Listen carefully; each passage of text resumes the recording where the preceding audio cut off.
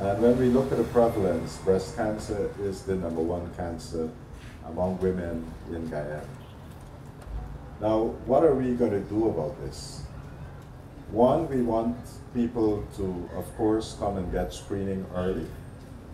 And if we screen early, we can detect whether there are changes in the breast. But while we have been advocating this, to get a mammogram is a challenge, because we only have one machine here at this hospital in the public sector. So accessing mammograms have been a challenge for patients.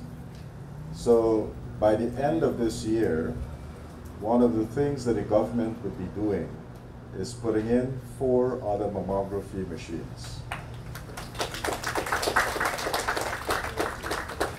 So one would be at New Amsterdam, so people in Region 5 and 6 can have access.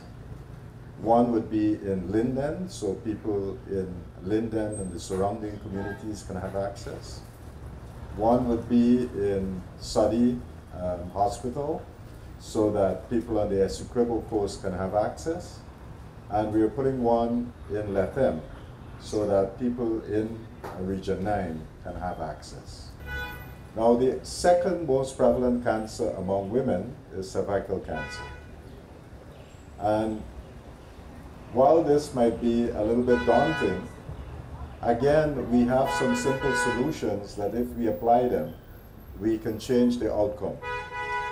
One of those simple solutions is really to get an HPV vaccine.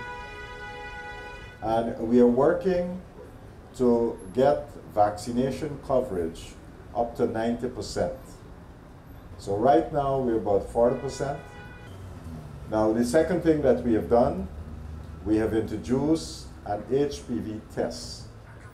The government is giving a voucher worth 8,000 Guyana dollars, and you can take that voucher to any one of the private labs and they'll be able to do that test for you. But while we have this very good initiative, and it's for women between 21 to 65, while we have this very good initiative, the uptake is not as good as we would like it to be.